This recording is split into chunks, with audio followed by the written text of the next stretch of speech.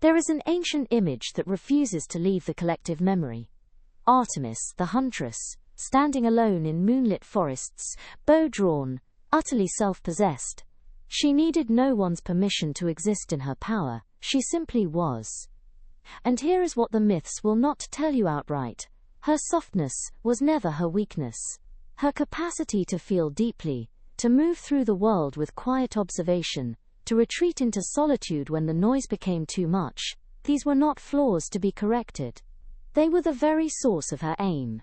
The INFJ woman carries this paradox in her bones, a truth that modern psychology is only beginning to name. What the world mistakes for fragility is actually a form of strength so refined, so carefully cultivated, that it operates beneath the surface of what most people recognize as power. You have been told, perhaps since girlhood, that sensitivity is a liability. That caring too much makes you vulnerable. That your need for depth and meaning marks you as impractical, too intense and difficult to understand. And yet, here you are. Still feeling everything. Still seeing patterns others miss. Still knowing things you cannot quite explain. This is not an accident, this is architecture. Carl Jung spoke of the transcendent function, the psyche's ability to hold opposites in tension until something new emerges. The INFJ woman lives this daily. She is both the empath who absorbs the unspoken pain in a room, and the strategist who sees 3 moves ahead. She is the nurturer who will care for you with devastating attentiveness, and the one who will cut you off entirely if you betray her trust. Soft and strong, open and boundaried, visible and hidden, she does not choose one or the other. She contains multitudes, and this is precisely what makes her dangerous in the best possible sense. Dangerous to systems that require women to be one thing. Dangerous to relationships that demand she shrink. Dangerous to the lie that power must be loud to be real. Consider the nature of water, which the ancient Taoists understood as the ultimate expression of power. Water is soft. You can put your hand through it. It yields, adapts and flows around obstacles. And yet, given enough time, water carves through stone. It reshapes landscapes. It is both the gentle rain that nourishes, and the flood that transforms everything in its path. The INFJ woman moves through the world like this. Her strength is not the rigid, unyielding force that announces itself. It is the persistent, patient power of someone who knows that real change happens slowly, in the depths, where no one is watching. She does not need to dominate a room to influence it. Often she is the one sitting quietly at the edge, saying little. But when she finally speaks, the entire conversation shifts. People remember what she said, they feel it. This is because she has been doing something the whole time that others mistake for passivity. She has been reading the room at a level most people do not have access to. Tracking micro-expressions, tonal shifts, and the things left unsaid. Building a 3-dimensional map of the emotional and psychological terrain. And when she finally contributes, it is not random, it is surgical. One sentence that names what everyone felt but no one could articulate. One observation that reframes the entire problem. One question that exposes the assumption everyone missed. This is not softness.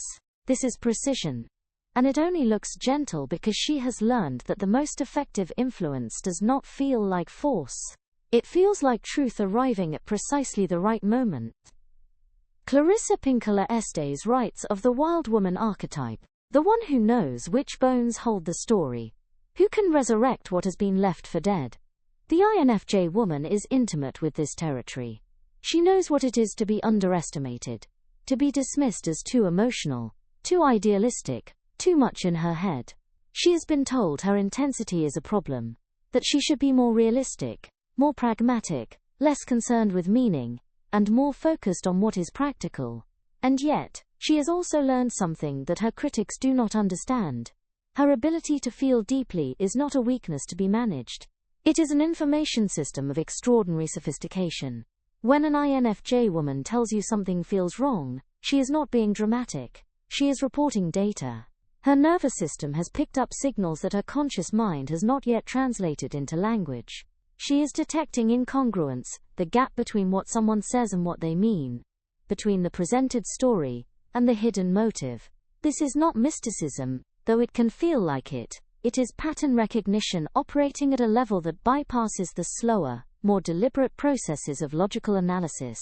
Daniel Kahneman might call it System 1 thinking, fast and intuitive. Jung might call it the transcendent function, which accesses knowledge beyond the ego's narrow view. The INFJ woman calls it knowing, and she has learned, often through painful experience, that when she ignores this knowing, she pays for it. So she has begun to trust it. Not recklessly, she is far too careful for that, but deeply. She has stopped apologizing for her intuition, stopped explaining herself to people who cannot hear her, stopped dimming her perceptions to make others comfortable. And this quiet claiming of her own authority, is where the softness begins to reveal its steel. Because here is what most people miss about the INFJ woman. Her kindness is not naivety. Her empathy is not a lack of boundaries. Her willingness to see the best in people is not the same as being blind to their flaws. She sees you. All of you. The parts you show the world and the parts you hide even from yourself. She sees your potential and your shadow, your wounds and your defenses, the places where you are brave, and the places where you lie to yourself.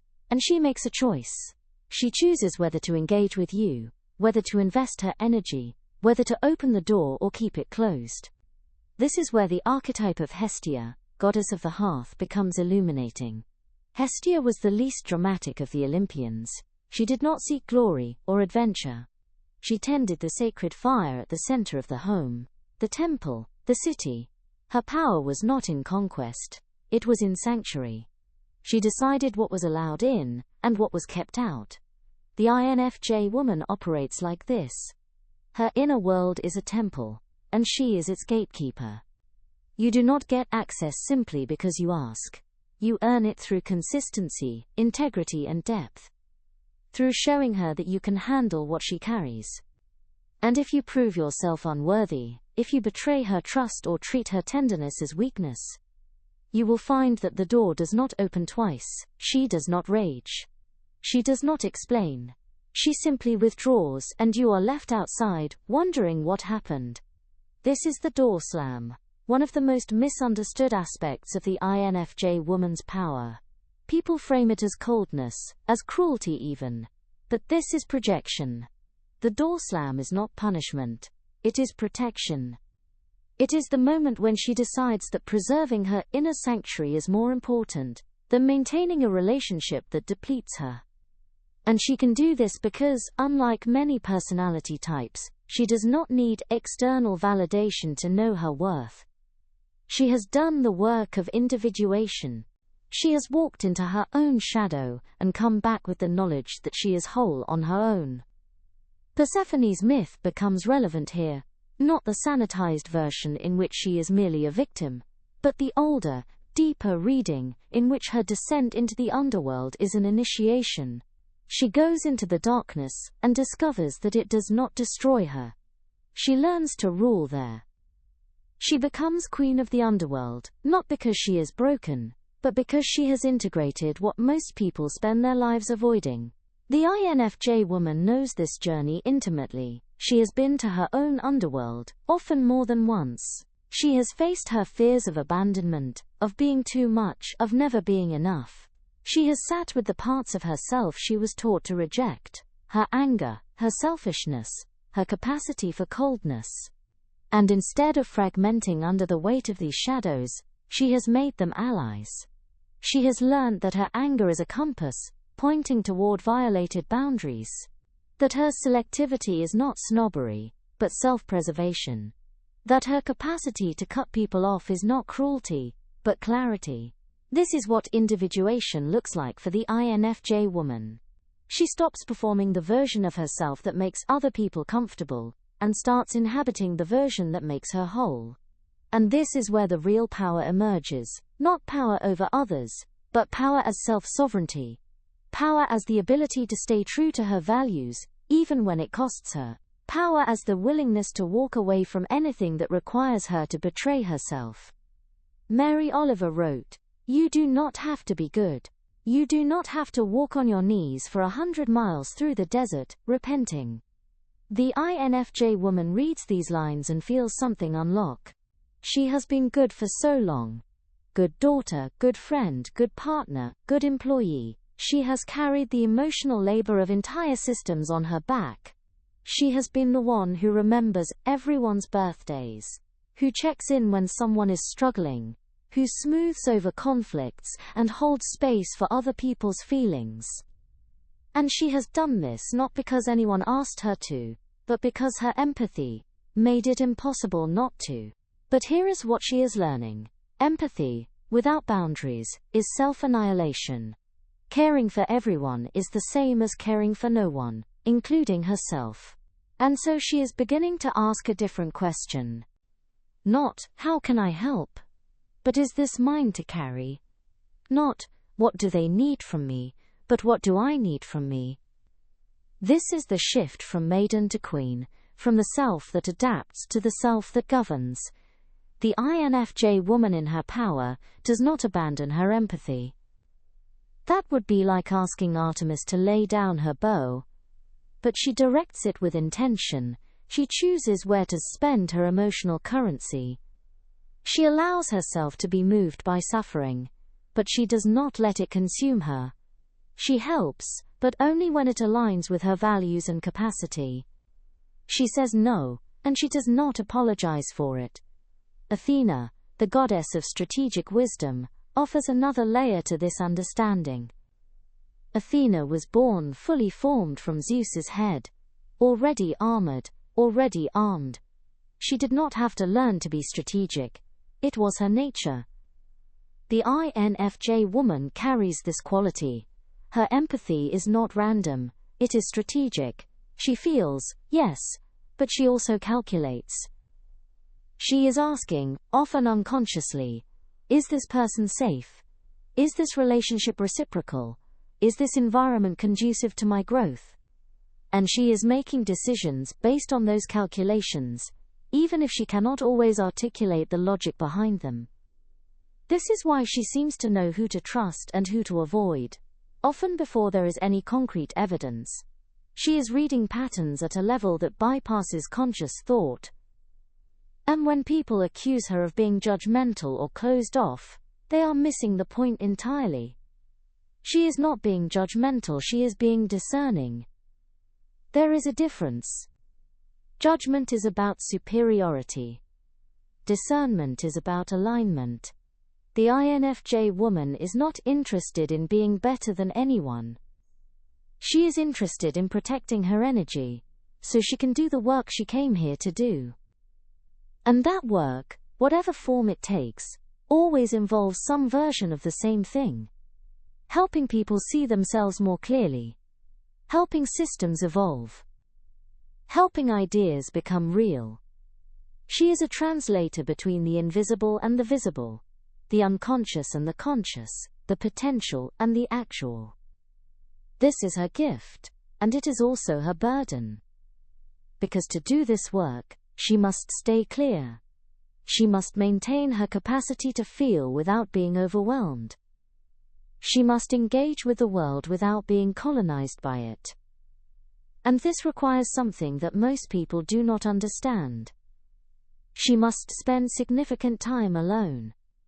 Not because she dislikes people, but because solitude is where she processes, where she integrates, where she returns to herself. The world demands so much from the INFJ woman. It demands her attention, her empathy, her insight, her emotional labor. And if she does not actively create space to replenish, she will burn out. Not in the dramatic visible way that some types burn out. In the quiet, gradual way of someone who gives and gives until there is nothing left. Until she is performing connection, rather than feeling it. Until she is going through the motions of her own life, numb and disconnected, wondering where she went. This is the shadow side of the INFJ woman's gift. She can lose herself in service to others. She can become so good at reading and responding to other people's needs that she forgets she has needs of her own. She can become the therapist friend, the emotional translator, the one everyone comes to but no one really knows. And this is where the journey turns, where she must choose. Keep giving until there is nothing left, or reclaim her energy and risk being called selfish. The INFJ woman in her power chooses herself. Not because she does not care. Because she cares so much that she refuses to become a depleted version of what she could be. Audre Lorde spoke of self-care as self-preservation, an act of political warfare. For the INFJ woman, self-care is not bubble baths and face masks, though those are fine. It is the radical act of saying, I will not abandon myself to make you comfortable. It is the practice of coming home to her own nervous system, learning what calm feels like in her body, recognizing when she is in fight or flight, and choosing to step back rather than push through. It is the discipline of solitude, of creating rituals that reconnect her to herself, journaling not as productivity, but as communion with her inner world, walking not as exercise, but as a way to let her mind unfold, sitting in silence, not as emptiness but as fullness, the kind that only comes when you stop filling every moment with noise and distraction. This is how the INFJ woman maintains her power, by returning to the hearth, the inner sanctuary, the place that is hers alone. And from that place she decides how she will move through the world, not reactive, not performing, not shrinking, but sovereign. The crone archetype becomes important here, not as old age, but as wisdom earned through experience. The crone is the woman who has stopped caring what others think, who has paid the price for her authenticity, and decided it was worth it, who has been underestimated, dismissed, misunderstood, and has emerged not bitter but clear. The INFJ woman grows into this.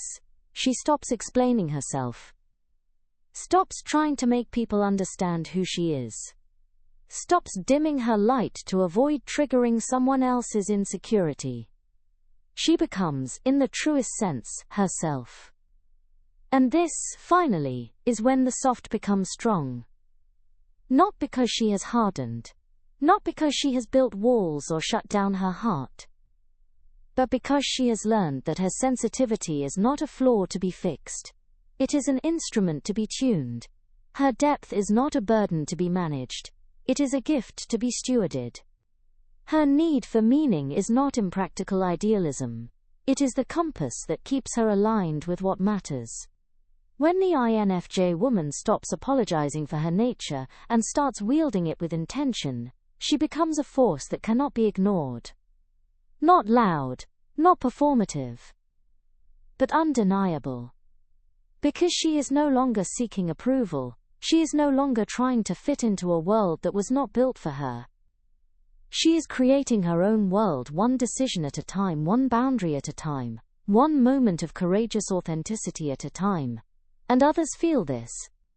They may not have language for it, but they feel the shift. She is no longer available for shallow conversation. She is no longer performing empathy she does not feel. She is no longer carrying weight that is not hers. And in her presence people are confronted with a choice. Meet her at the depth at which she operates, or move along. This is not arrogance. It is clarity. The INFJ woman knows who she is now. She knows what she will tolerate and what she will not. She knows that her softness is not weakness. It is the ground from which her strength grows. Like roots that push through stone, slowly, patiently, reshaping the landscape. Like water that carves canyons. Like fire that is tended carefully but burns with absolute certainty. She is all of this. And she is done pretending she is anything less. So the question becomes, where are you still performing? Where are you doing emotional labor that no one asked you to carry? Where are you shrinking to make others comfortable? And what would happen if you stopped? These are not rhetorical questions, they are invitations.